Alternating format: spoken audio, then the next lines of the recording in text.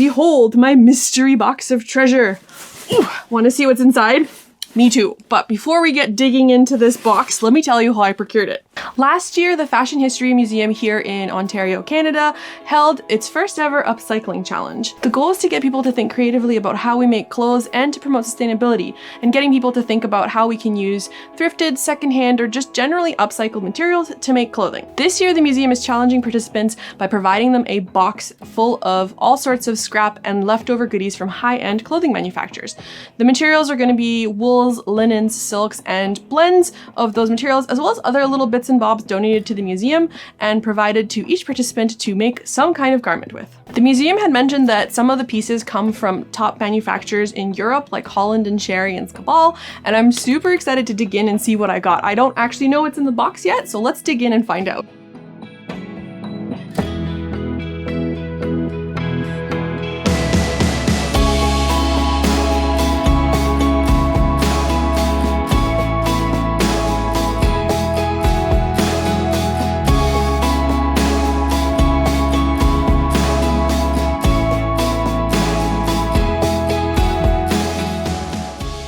Looks like my box was mostly blue tones and an interesting mix of crepes, wool blends, suitings, and a few miscellaneous things.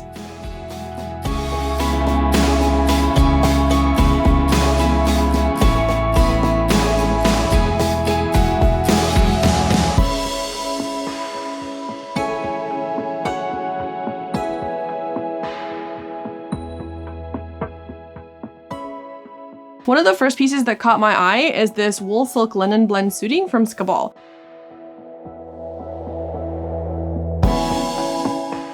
So I did a little bit of research to find out what something like this would cost if I wanted to buy it.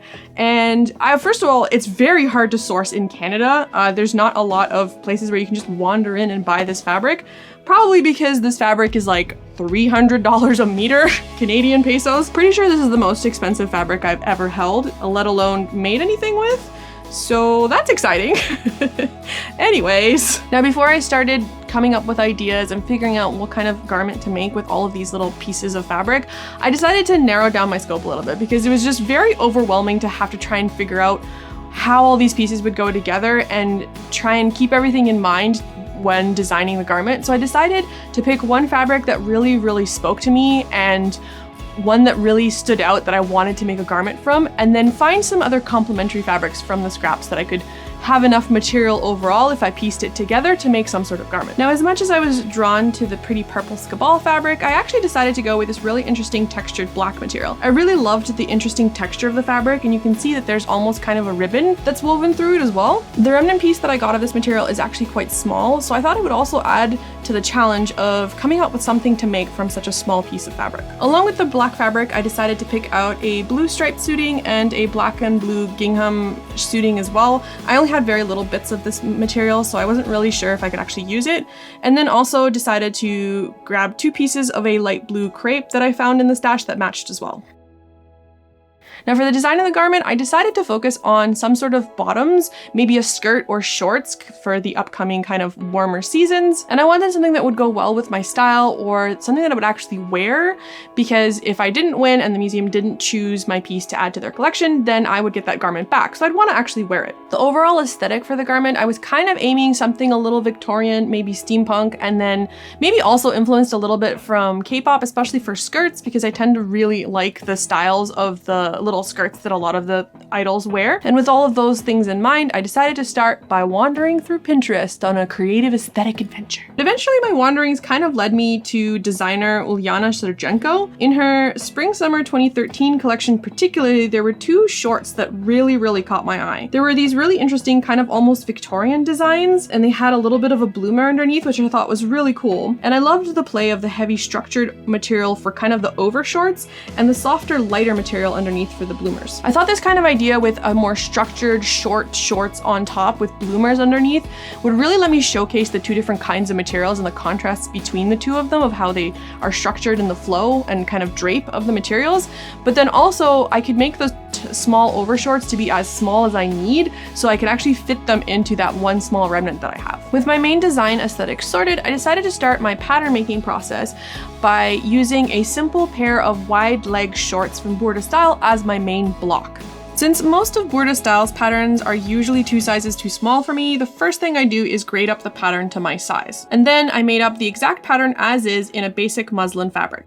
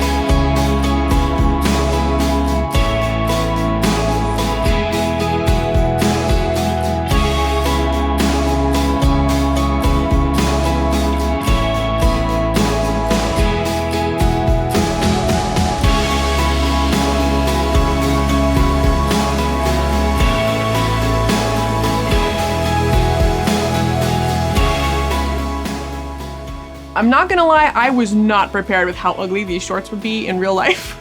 Like, I knew going in that using this style for myself as a block wasn't really gonna be very flattering on me because it's not something I wear very often and just doesn't really work with my proportions.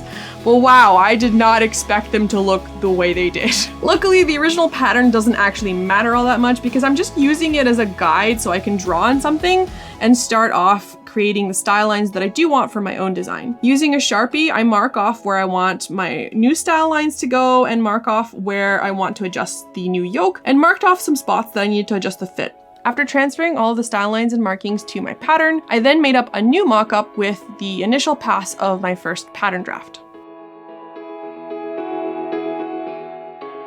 These shirts were looking so much better.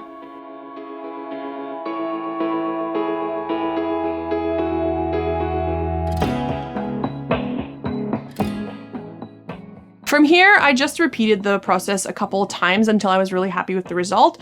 The process was the same. I would mark up any adjustments or changes to style and fit that I needed to address. Then I would transfer those adjustments to my paper pattern, and then I would remake that paper pattern in the muslin again to make sure that the adjustments were actually sitting correctly on my body.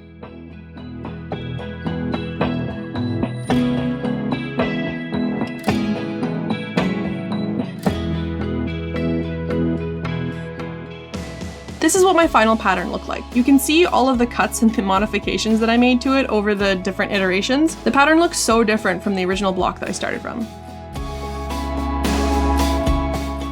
With pattern development all sorted, I moved on to cutting my actual materials. The pattern for the overshorts was just small enough that I could actually fit everything onto my remnant, but I did need to reduce my seam allowance down to only 1/4 of an inch so I could squeeze everything on.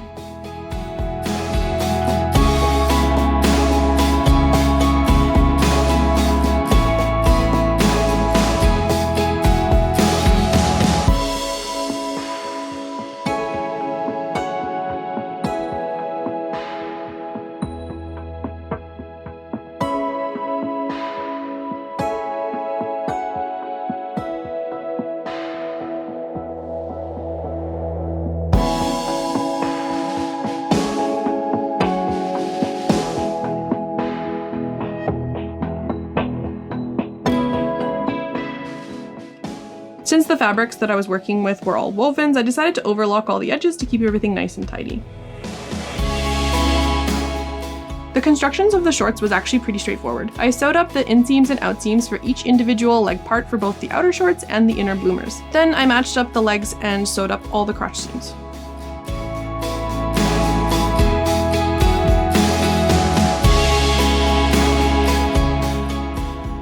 In between all of my sewing steps, I took some time to press the garment so that each seam was pressed nicely and would lay flat. Before I attached the waistband, I basted the outer shorts to the bloomers and then attached everything together. Since my outer shorts material was already pretty thick, I decided to use the gingham suiting scraps that I had and make the waistband lining out of that.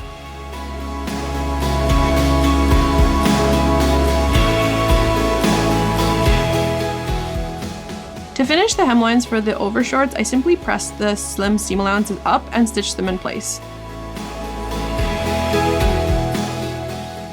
For the bloomers, I pressed and folded the fabric up twice to create a channel so that I could thread elastic through it.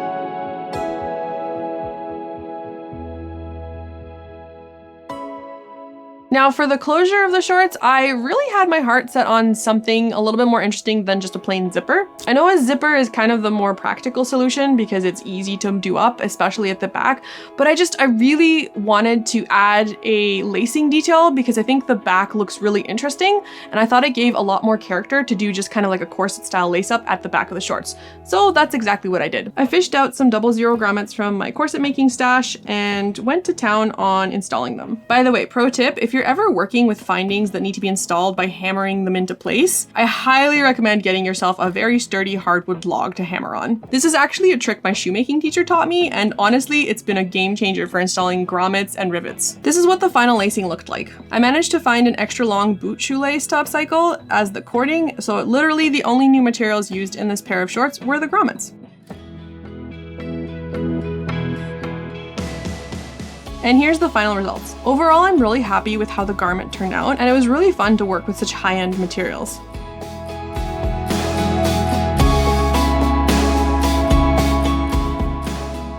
I really enjoyed the challenge of coming up with a garment to fit within the small scraps of materials that I had available to me.